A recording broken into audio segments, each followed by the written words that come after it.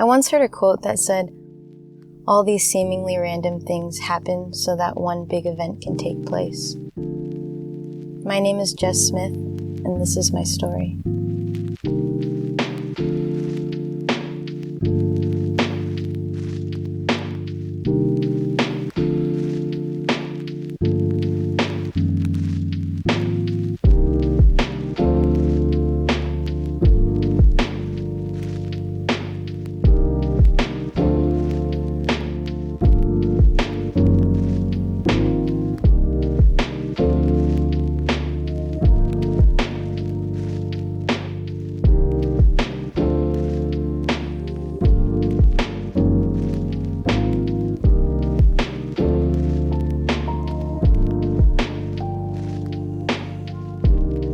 I was raised by a single mother for the early part of my adolescence.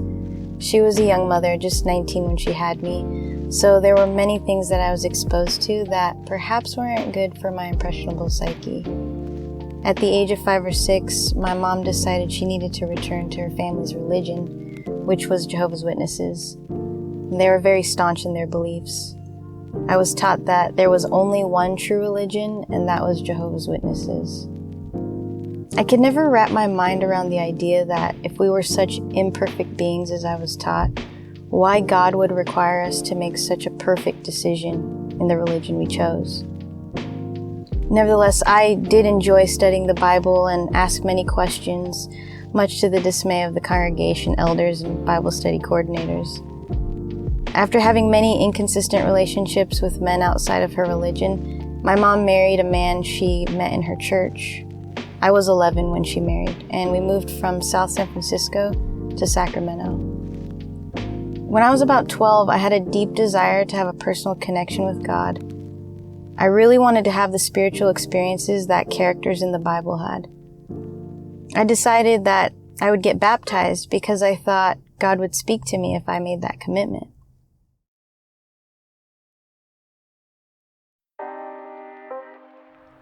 I studied the Bible and the required scriptures and was soon baptized, one of the youngest in the ceremony. Not long after my baptism, my stepfather began sexually abusing me. Of course, I didn't realize it was abuse until about the age of 14. When I awoke to the nature of this abuse, I was horrified and I started drinking heavily. I thought God had abandoned me. One night as I laid in bed, I thought about killing him. I had a vision of how I would do it, but this voice in the back of my head said, "Revenge is not for you to take.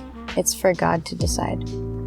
It didn't occur to me what that voice was until it came back years later. At 15, I was kicked out of the church for sexual misconduct and an unwillingness to repent. And so even though I was strongly into prayer, I stopped praying to God. I cut off ties to the spiritual realm, and I really descended into an abyss of depression and anxiety.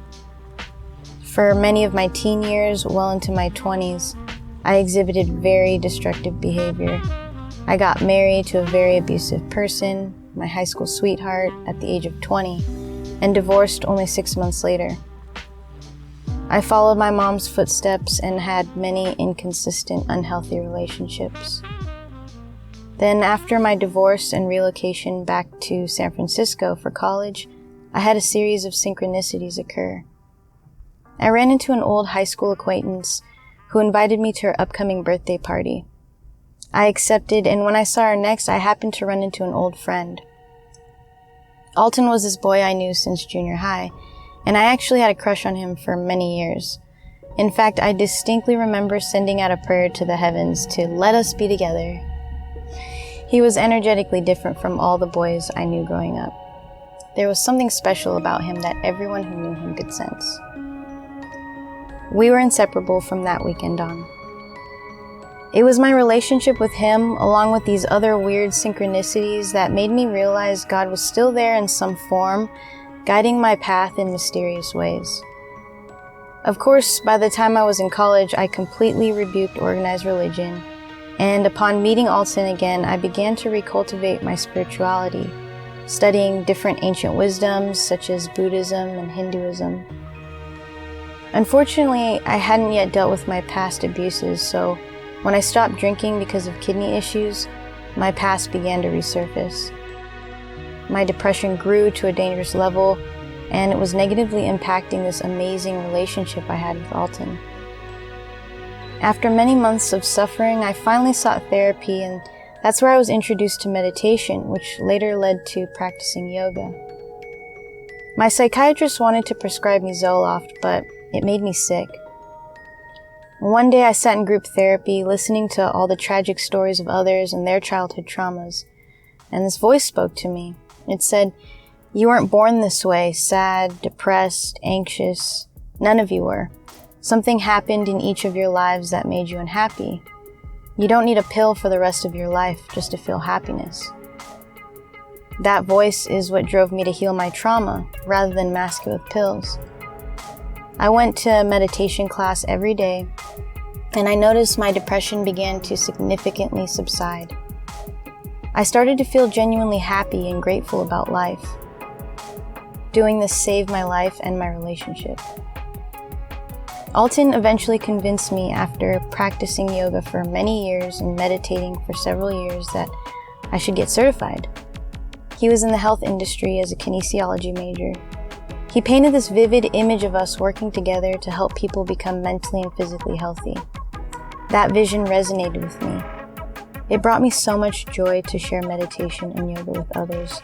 I really saw the value in this practice and felt everyone needed to learn it. In 2017, I got certified and created Uplyfe, my wellness company, where I provide yoga and meditation classes to local businesses at their location. I provide courses in emotional intelligence, stress reduction, and management, as well as a course in hypnobirthing, teaching moms how to hypnotize themselves for labor and delivery. I'm going on my 4th year of operations, and I've worked with companies such as iHeartRadio, Track 7 Brewery, Doubletree Hilton SFO, American River College, and Haven for Birth Birthing Center. Alton and I married over 6 years ago, and we have 3 amazingly curious and spiritually connected children.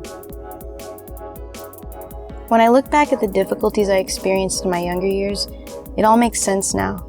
I have a mission here on this planet to help people heal, and without the challenges I faced early on, I wouldn't be who I am today.